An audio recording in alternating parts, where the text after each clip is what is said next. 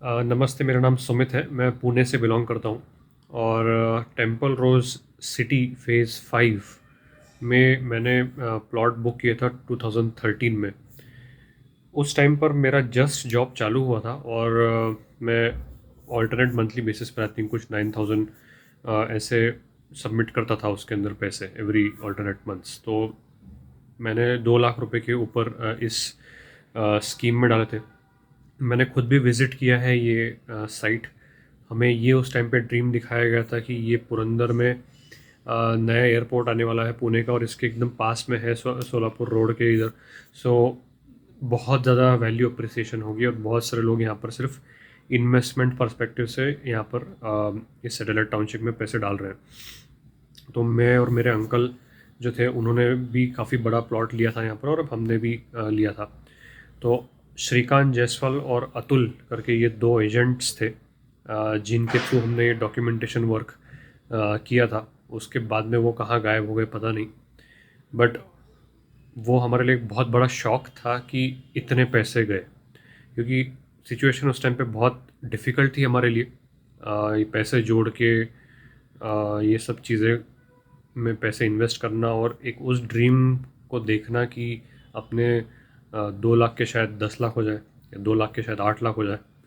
और मेरी बाकी लोगों के साथ में भी सहानुभूति है जहाँ पर जिन्होंने हमसे कई गुना ज़्यादा पैसे इसके अंदर डाले। और वो जो भी इस स्कीम के ओनर्स थे, आई थिंक ओनर जो है उनकी डेथ भी हो गई थी कुछ साल पहले। ही वॉज इन जेल और उनकी बेटी और वाइफ कहीं फरार है।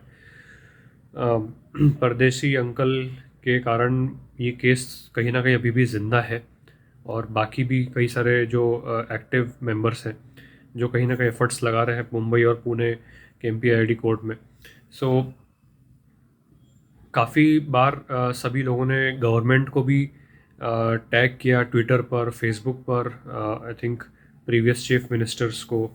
और शायद उनकी बात भी हुई थी ऑफिस में, हायर कमिश्नर के साथ में भी बात हुई थी पुणे में, मीटिंग्स भी। बट ये हुआ कि वो बस बदलते गए, वो अपनी जगह बदलते गए और अल्टीमेटली एंड रिजल्ट कुछ नहीं निकला। तो ये मैंने जो इन्वेस्टमेंट की थी ये 2013 से 16 के बीच में की थी, पार्ट्स पार्ट्स में। और इसके पहले या इसके बाद भी कई लोगों ने किए होंगे, बट कोई जवाब नहीं आता था। उनके ऑफिस में भी मैं एक बार जाके आ चुका हूँ, बट उसके बाद में वो बंद हो गया था। इनफैक्ट हमने हमारे डॉक्यूमेंट्स और कंप्लेंट रेज जो की थी वो पुणे के कैंप पुलिस स्टेशन ऑफिस में भी सारे डॉक्यूमेंट्स सबमिट किए। बट जब वहाँ पर देखा तो वहाँ पे गट्ठों के गट्ठे रखे हुए थे कंप्लेंट्स के। उसमें बहुत सारे टेम्पल रोज के भी थे और अदर दूसरे भी होंगे, बट सिर्फ आश्वासन मिला। सो सो हमारे साथ हज़ारों विक्टिम्स हैं जो अलग अलग जगह पर हैं। कुछ लोगों ने शायद गिव अप कर दिया है, बट कुछ लोग अभी भी एक्टिवली काम कर रहे हैं। और मेरा सबसे रिक्वेस्ट ये है कि किसी ना किसी फॉर्मेट में जितना हो सकता है उससे थोड़ा सा और ज़्यादा ग्रुप में आके मिल के काम करते हैं और अ, सारे एफर्ट्स लगाते हैं हम सभी इन्वेस्टर्स के पैसे हमें वापस मिले। इतना सारा टाइम जो गया है सभी कई सारे लोगों का, स्टार्टिंग से लेकर के अभी तक इतने सारे एफर्ट्स, और कई लोगों के पर्सनल लॉसेस भी हुए होंगे।